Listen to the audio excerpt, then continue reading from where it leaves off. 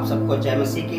मैं आप सबका स्वागत करता हूं अपने YouTube चैनल पर और जीवित खुदा की जीवित रसोई में। मैं अजीजों विश्वास करता हूं कि बीते समय आप सब प्रभु यीशु मसीह के सामर्थी नाम में से सुरक्षित है और मेरा एक विश्वास है कि आज का वचन आप सबके जीवनों को बदलेगा और तमाम अंधकार के बंधनों को तोड़ेगा और आप सब प्रभु यीशु मसीह के सामर्थी नाम में आजाद होंगे और परमेश्वर से आशीष और ब्लेसिंग पाएंगे।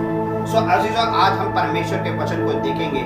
याकूब की पुस्तक उसका 4 अध्याय और उसका 4 से 7 से 10 तक में क्या देखेंगे, क्या लिखा है परमेश्वर के वचन में। लिखा, इसलिए परमेश्वर के अधीन हो जाओ और शैतान का सामना करो तो वह तुम्हारे पास से भाग निकलेगा। परमेश्वर के निकट आओ तो वह भी तुम्हारे निकट आएगा।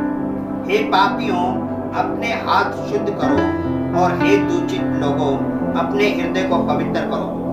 दुखी हो और शोक करो और रो। तुम्हारी हंसी शोक में और तुम्हारा आनंद उदासी में बदल जाए। प्रभु के सामने दीन बनो तो वह तुम्हें शिरोमणि करेगा। हालेलुया। यहाँ खुदा का वचन क्या कहता है? परमेश्वर का वचन कहता है कि इसलिए परमेश्वर के अधीन हो जाओ और शैतान का सामना करो तो वह भी तुम्हारे सामने से भाग निकलेगा। जब हम परमेश्वर के अधीन हो जाते हैं, अर्थात अपना जीवन हम परमेश्वर को दे देते हैं और उसकी इच्छा को पूरे जीवन में पूरा करते हैं और अपनी इच्छा को त्याग करके उसके नाम को, उसके काम को, उसके सुसमाचार के अनुसार जब हम चलते हैं तो परमेश्वर क्या कहता है? कहता है कि शैतान जो है वो भी तुम्हारे सामने से क्या है, भाग निकलेगा। जब हम अपने आप को प्रभु के हाथों में सौंप देते हैं, अपने जीवन को, अपनी आत्मा को और अपने प्राण को, तो परमेश्वर क्या कहता है कि जब तुम मेरे नजदीक आते हो तो मैं भी तुम्हारी तरफ आता हूँ। प्रभु का वचन कहता है कि जब तुम मेरी तरफ एक कदम बढ़ाते हो तो मैं तुम्हारे पास 2 कदम बढ़ाता हूँ। जब हम परमेश्वर के सम्मुख जाते हैं तो परमेश्वर हम पर अपनी दया और करुणा करता है। वो अपना सामर्थी हाथ हम पर बना के रखता है। पर अजीजों, जब हम परमेश्वर के साथ वफादारी नहीं करते, जब हम उसकी आज्ञाओं के अनुसार नहीं चलते, तो हमारे जीवन में क्या आता है? हमारे जीवन में दुख आते हैं, कलेश आते हैं, श्राप आते हैं, बीमारियां आती हैं। हमारे जीवन क्या है, फिर नीचे की तरफ जाने लगता है।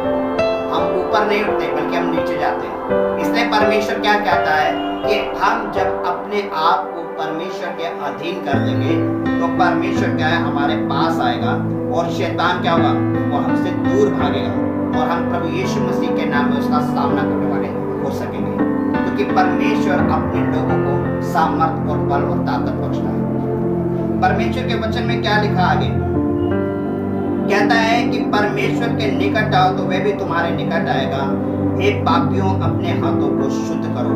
हे दूषित लोगों, अपने हृदय को पवित्र करो। परमेश्वर कहता कि हम पापी लोग जो हैं अपने जीवन को क्या करें, पवित्र करें। जब हम अपने पापों से, अपने गुनाहों से मन फिरा लेते हैं तो परमेश्वर क्या करता है, हमें उद्धार करता है।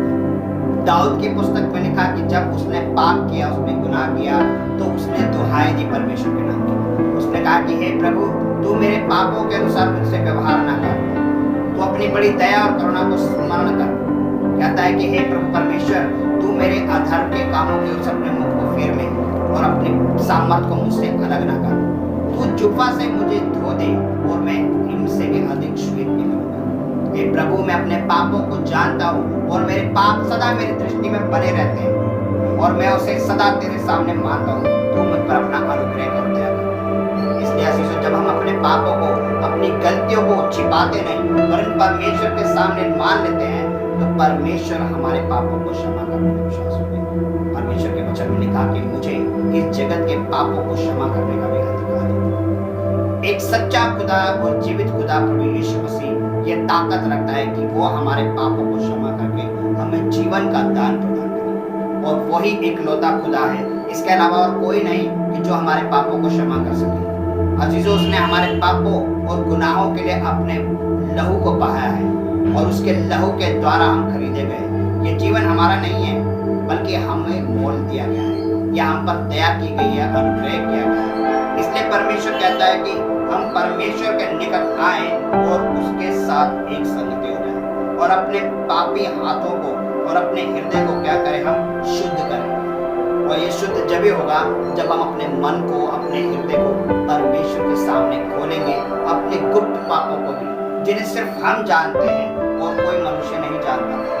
और वो पाप कैसे है? हमारी थिंकिंग के द्वारा, हमारी सोच के द्वारा जब हम छुप कर करते हैं, वो पाप ऐसे है जिसे मनुष्य नहीं जान सकता, क्योंकि मनुष्य हमारे मन और हृदय की बातों को नहीं जानता। परंतु परमेश्वर क्या वचन क्या कहता है कि मैं मनुष्य के मन और हृदय को जांचने वाला परमेश्वर। वो जानता है कि हमारे मन में क्या चल रहा है, वो ये जानता है कि हमारे मन में क्या चल रहा था, वो ये भी जानता है कि अब हमारे मन में क्या आने वाला है, क्योंकि हमारा परमेश्वर आज का खुदा है, वो कल, आज और युगानुयुग का परमेश्वर है। इसलिए परमेश्वर कहता है कि तुम अपने मनों को और हाथों को शुद्ध करो। हर वो पाप जो शरीर और आत्मा के द्वारा होता है उसको मानो, तो मैं तुम्हें क्या करूंगा? शुद्ध करूंगा। कहता कि हे दूषित मन वालों, अपने आप को क्या करो? शुद्ध करो, अपने हृदय को पवित्र करो। जो हमारे मन दूषित रहते हैं, अर्थात हम जब प्रार्थना के समय, जब संडे होता है, तब हम परमेश्वर के भवन में जाते हैं और परमेश्वर को हे प्रभु कहते हैं, बहुत उछल उछल के आराधना करते हैं, हम घुटने टेक कर प्रार्थना करते हैं। पर दूसरे ही क्षण जब शाम को चर्च से बाहर आते हैं तो क्या होता है? हमारा मन उन तमाम चीजों से हट जाता है। फिर हम बाजार में जा रही लड़की को देखते हैं, देख यार कितनी सुंदर लड़की है, उसको आंखों से उसका पीछा करते हुए उसके घर तक छोड़कर आते हैं। अपने मन में उसके बारे में पूरी कल्पनाएं करते हैं कि यार वो लड़की इतनी अच्छी है, काश वो मेरी गर्लफ्रेंड हो, काश वो मेरी वाइफ हो, काश मैं उसका लवर हूँ। इस तरीके की अडल्ट्री जो हमारे मन से शुरू होती है और हमारे हृदय तक आती है। कहता है कि एक दूषित लोगों, हमारे मन दूषित हैं। जब परमेश्वर का समय हो तो हम परमेश्वर को पुकारें, और जब हम परमेश्वर के समय से बाहर आते हैं तो हम उस संसार के हो जाते हैं जो परमेश्वर का विरोधी है। परमेश्वर कहता है कि तुम संसार की नहीं वरन आत्मिक बातों पे मत करो। अगर हम संसार की वस्तुओं पर और संसार की अभिलाषाओं पर और शरीर की इच्छा के अनुसार चलते हैं तो हमारा फल क्या है? परंतु यदि हम आत्मिक बातों की ओर मन लगाते हैं तो हम जीवित रहेंगे। परमेश्वर कहता है कि आत्मिक बातें क्या है? प्रेम, आनंद, धीरज, सहनशीलता, कृपालुता, नम्रता और धार्मिकता। ये सब क्या है? होलीनेस के वो है, वरदान है। ये पवित्रता के वरदान है, ये पवित्रता के फल है। जब हम प्रेम करेंगे एक दूसरे से, भलाई करेंगे, एक दूसरे की सहायता करेंगे, एक दूसरे की मदद करेंगे और पवित्र परमेश्वर के साथ फेथफुल रहेंगे तो परमेश्वर क्या है? हम पर अपनी दया और करुणा दिखाएगा। पर अगर हम दो चीजें हैं, परमेश्वर की तरफ भी है और संसार की तरफ भी है, तो परमेश्वर कहता है कि मैं ऐसे लोगों से घृणा करता हूँ जिनका मन दो तरह की बातों से रहता है। परमेश्वर के वचन में क्या कहता है? कहता है कि जिसको बुद्धि की कमी हो वो परमेश्वर से मांगे, परमेश्वर उसे बिना उलाहना के देगा, पर उसको देगा जो विश्वास के साथ मांगे। और ऐसा मनुष्य ये ना समझे जो दूषिता है। कहता है कि वो मनुष्य ये ना समझे कि मुझे परमेश्वर से कुछ मिलेगा। क्यों? क्योंकि उसके मन समुद्र की उड़ती हुई लहरों के समान है, जो हवा के साथ ऊंची उड़ती है और बाद में शांत हो जाती है। यानी कि उसका मन क्या है? संसार में ऊंचा उड़ता है, उसकी संसार की इच्छाओं के अनुसार भटकता रहता है, इधर उधर उड़ता रहता है, पर परमेश्वर की जब बात आती है तो वो ठंडा होता है। इसलिए परमेश्वर कहता है कि वो दूषित लोगों से घृणा करता है। परमेश्वर कहता है या तो तू गर्म हो जाए या ठंडा हो जाए, अगर तू गुनगुना है तो मैं तुझे मुंह से उगल दे दूंगा। इसलिए हमें अपने मन को दूषित नहीं परंतु उस परमेश्वर की ओर लगाएं जो सच्चा जीवित है। इसलिए अजीजों, परमेश्वर के वचन में क्या लिखा है कि दुखी हो और शोक करो और रो, तुम्हारी हंसी शोक में और तुम्हारा आनंद उदासी में बदल जाए। इसलिए परमेश्वर क्या कहता है? दुखी हो, रो और क्या करो? परमेश्वर के नाम की दुहाई दो। जब हम परमेश्वर के सामने दुखी होकर, रो करके, दुहाई दे करके अपने पापों और गुनाहों को मानेंगे, अपने घुटनों को टेक देंगे, तो परमेश्वर क्या कहता है? कहता है कि मैं तुम्हें क्षमा कर दूंगा।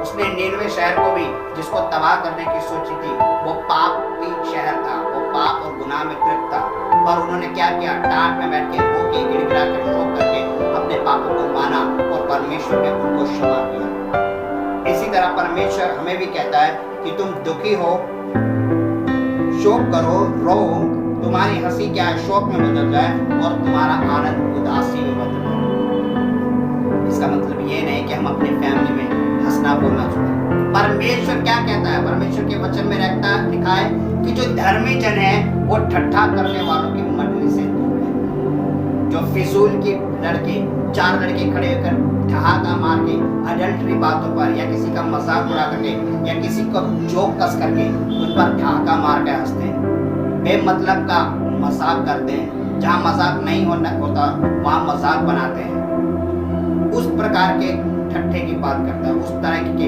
हंसी मजाक की बात करता है। परमेश्वर कहता है कि वो आनंद हंसी में शोक में बदल जाए। और क्या लिखा? परमेश्वर कहता है कि प्रभु के सामने दीन बनो तो वह भी तुम्हें शिरोमणि करेगा। जब हम अपने आप को परमेश्वर के सामने शून्य कर देते हैं तो वो हमें क्या करता है? शिरोमणि करता है। वो हमें ऊंचा उठाता है, वो हमें उस धुरी से उठाकर आकाश में बिठा देता है जहाँ के हम अधिकारी हैं। परमेश्वर अपने लोगों को कभी शर्मिंदा नहीं होने देता, वो हमेशा हमारे साथ बना रहता है। पर जरूरत किसकी? हम अपने हृदय को साफ करें, अपने मन को साफ करें। अगर हम नहीं शुद्ध होते करते तो परमेश्वर क्या करता है?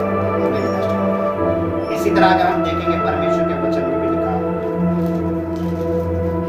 अगर हम देखें पहला पत्रस और उसके 4 अध्याय की 11 आयत में तो लिखा है, यदि कोई बोले तो ऐसा बोले मानो परमेश्वर का वचन हो, यदि कोई सेवा करे तो ऐसा करे कि उस शक्ति से जो परमेश्वर से देता है और जिस बातों में यीशु मसीह के द्वारा परमेश्वर की महिमा प्रकट होती है, महिमा और साम्राज्य युगानुयुग हो सका है। परमेश्वर कहता है अगर कोई बोले तो ऐसा बोले कि जैसे परमेश्वर का वचन करे। अगर कोई सेवा करे तो ऐसे करे जो परम उदारता से करे, जो सामर्थ परमेश्वर को सकते हैं। पर आजकल क्या होता है? घर के लोग एक दूसरे को देखकर खुश नहीं होते, बोली पर उड़ाते हैं, गाली देते हैं, गलौज देते हैं, अपने पड़ोसी के प्रति प्यार रखते हैं, निंदा करते हैं, बुराई करते हैं। गली में कुछ जा रहा है तो उसके प्रति षड्यंत्र रचते हैं, घात करने की बातें करते हैं, गाली गलौज देते हैं। पर परमेश्वर क्या कहता है? कह रहा कि अपने शत्रु से लड़ो। इसलिए परमेश्वर कह रहा कि हमें जब बात करें, अगर हम बोले तो ऐसा बोले मानो हम परमेश्वर का वचन। और परमेश्वर का वचन क्या है? प्रेम, शांति, दया। हमें अपने समान एक दूसरे से प्रेम रखना। कह रहा जो ऐसा करेगा, परमेश्वर क्या कहता है? कहता है कि जो ऐसा करेगा वो सब बातों में यीशु मसीह के द्वारा उसकी महिमा करेगा। कह रहा उसी का जो साम्राज्य है वो युगानुयुग उसी का रहेगा, जो परमेश्वर से देने करेगा। कहता जो मेरे आज्ञाओं में बना रहेगा और परमेश्वर की महिमा इन सब बातों को पूरी करके करेगा। कह रहा कि जो साम्राज्य प्रभु परमेश्वर में देने पड़े वो युगानुयुग उसी का बना रहेगा और परमेश्वर का साम्राज्य भी हमारे बीच में बना रहेगा, क्योंकि परमेश्वर अपने लोगों के बीच में रहता है। परमेश्वर क्या कहता है? कहता है कि जहाँ 2 या 3 मेरे नाम पर एक होंगे मैं उनके बीच में घुसूंगा। पर अगर हम उसके साथ ही नहीं है, उसके नाम में नहीं है, तो परमेश्वर कैसे हमारे बीच में रहेगा? जब हमारे मन शुद्ध नहीं है तो कैसे हमारे बीच में रहेगा? इसलिए जो जरूरत है कि हम अपने पापों से, अपने अडल्ट्री से, अपने गलत विचारों से, जो हम छुप छुप कर करते हैं, फोन में गंदी चीजें देखते हैं, फेसबुक पर, यूट्यूब पर, स्नैपचैट पर, इंस्टाग्राम पर जो हम गलत काम करते हैं, उन तमाम चीजों से परमेश्वर का नाम अडल्ट्री है। उनसे हम अपने मनों को, अपने हृदय को साफ करें और परमेश्वर के सम्मुख उनको मांगें। तो परमेश्वर क्या कहता है? कहता है कि मैं तुम्हारे साथ हूं। फोन चलाना गलत बात नहीं, पर गलत यूज करना ये गलत बात है।